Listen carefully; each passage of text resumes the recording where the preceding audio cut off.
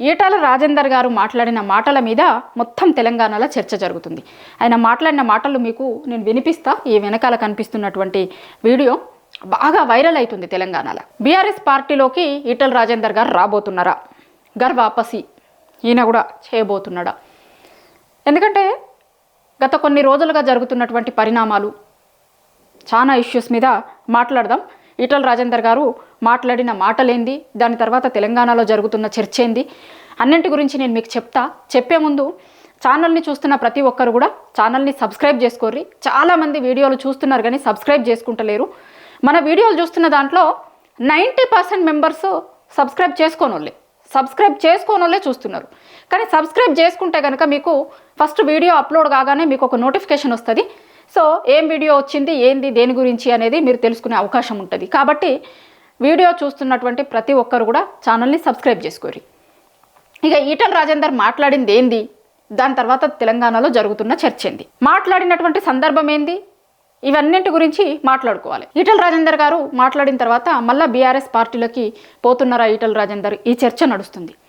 ఎందుకంటే 2-3 రోజుల కింద బీజేపీ పార్టీలో చేరిన వర్ధన్నపేట మాజీ ఎమ్మెల్యే ఆరూరి రమేష్ 2 రోజుల కిందటనే బీఆర్ఎస్ పార్టీలోకి వచ్చిండు. బీజేపీ పార్టీకి రిజైన్ చేసి ఆయన బీఆర్ఎస్ పార్టీలో చేరిండు. బీజేపీ పార్టీ నుంచే ఈటల రాజేందర్ గారు కూడా ఇప్పుడు బీజేపీ పార్టీలోనే ఉన్నారు. సో ఆరూరి రమేష్ బాటలోనే ఈటల రాజేందర్ కూడా బీఆర్ఎస్ పార్టీలోకి వస్తాడు అనే చర్చ విపరీతంగా జరుగుతుంది.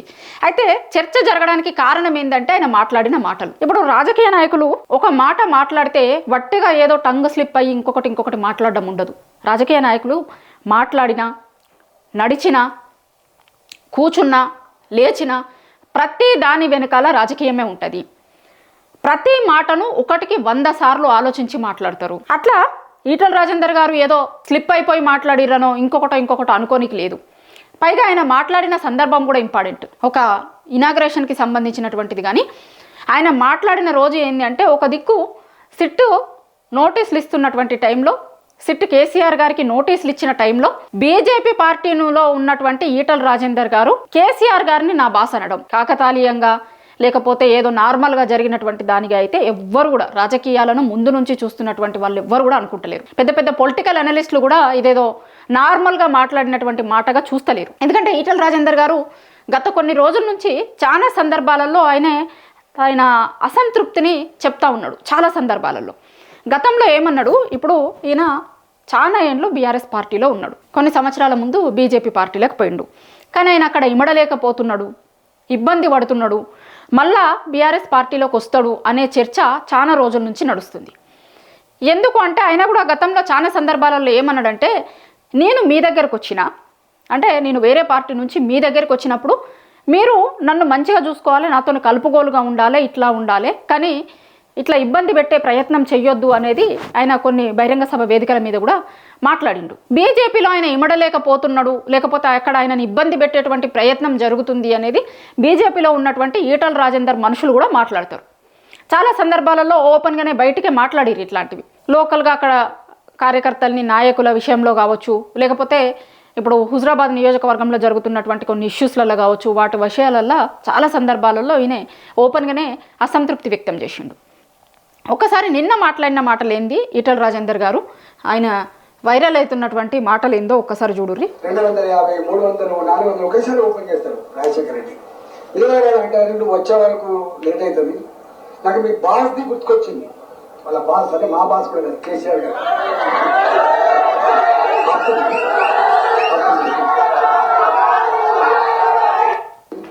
నాకు మీ బాస్ది గుర్తుకొచ్చింది. వాళ్ళ బాస్ అంటే మా బాస్ కూడా కేసీఆర్ గారు. కేసీఆర్ గారు వాళ్ళ బాస్ వెనకాల బీఆర్ఎస్ పార్టీ నాయకులు ఉంటే ఆయన గురించి చెప్పుకుంటూ మా బాస్ కూడా అన్నాడు. ఏదో నార్మల్గా అన్న మాటలుగా ఖచ్చితంగా చూడాల్సిన అవసరం లేదు, చూస్తలేరు కూడా ఎవరు. ఎందుకంటే ఈయనే బీజేపీ పార్టీలో ఉన్నారు, కేసీఆర్ గారు బీఆర్ఎస్ పార్టీ అధినేత, బీఆర్ఎస్ పార్టీ అయినా ఒక పార్టీలో ఉన్నటువంటి నాయకులు ఇంకొక పార్టీ నాయకుల్ని మా బాస్ అని అంత ఈజీగా ఏమనరు. ఏమి లేకపోతే అట్లా నేను ఫస్ట్ చెప్పినట్టు రాజకీయ నాయకులు దగ్గినా, తుమ్మినా, ఏం చేసినా రాజకీయమే ఉంటుంది దాని వెనకాల.